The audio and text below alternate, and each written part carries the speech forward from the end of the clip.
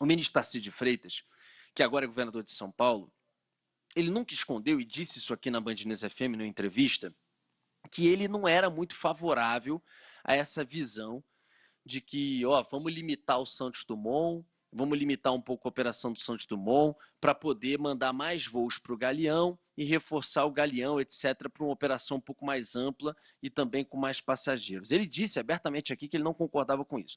Depois de algumas reuniões, inclusive com o governador do Rio de Janeiro, Cláudio Castro, entrando na história, o prefeito falando bastante e tal, ele chegou a ceder um pouco e tirou o Santos Dumont, porque o Santos Dumont seria concedido ainda no ano passado, como foi o aeroporto de Congonhas. Ele seria dado para iniciativa privada. Ele, então, porque estava época de campanha, atendeu a pedidos, parece que houve também voz de Flávio Bolsonaro, que é senador pelo Rio de Janeiro, tal, cara, não está pegando bem lá, vai ficar uma coisa como uma ação contra o Rio e etc. Segura isso. Aí Tarcísio, que não concordava, detalhe, eu acho que o Tarcísio foi um dos melhores ministros do Bolsonaro.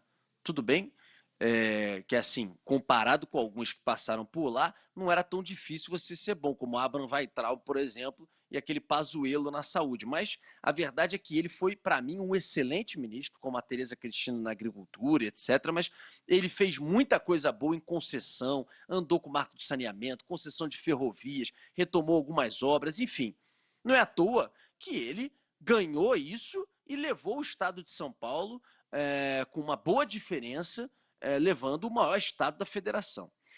Só que nisso, talvez por uma visão, como disse Eduardo Paes, de que não entenda tanto da questão do Rio de Janeiro, ele era contra. E aí, apesar dele ser do Rio de Janeiro, né? Tanto que foi criticado e cobrado por isso algumas vezes, dizendo que estava indo para São Paulo na campanha, mas era do Rio.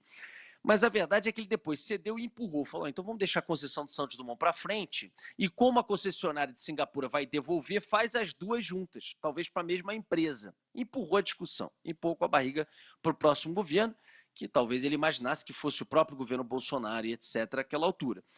Hoje, a maré, como eu disse, mudou. Por mais que Márcio França seja prefeito de Santos, foi prefeito de Santos, tenha sido governador de São Paulo, é um cara daqui de São Paulo, radicado em São Paulo, ele tem uma visão diferente com relação a isso, e ele recebeu, obviamente, orientação já, seja de Lula, que veio ao Rio de Janeiro e que hoje tem muita proximidade com o Eduardo Paes, seja já de campanha da própria ministra do Turismo, seja de Marcelo Freixo, que hoje está agora presidente da Embratur. Enfim, há um clima ali diferente para puxar a Changi, que é referência no mundo, no sentido de, olha, fica. E a Changi, eu conversei com o executivo, já tinha decidido. Eu falei para alguns executivos da Changi, da concessionária Rio Galeão, se mudar o negócio, se agora vocês começarem a ter bons resultados, vocês ficam? Não, Rodolfo, a gente não fica. Está decidido no conselho com os donos, né, os donos da empresa em Singapura, que pela insegurança jurídica que ficou, por tudo que aconteceu, etc., nós vamos deixar. Estamos já no processo de transição e vamos deixar.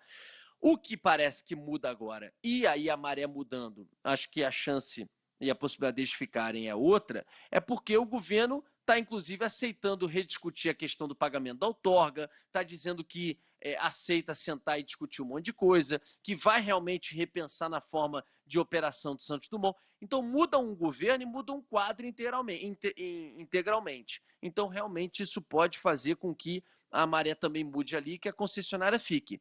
Agora, isso que está acontecendo só mostra algo que a gente sempre bate na tecla aqui.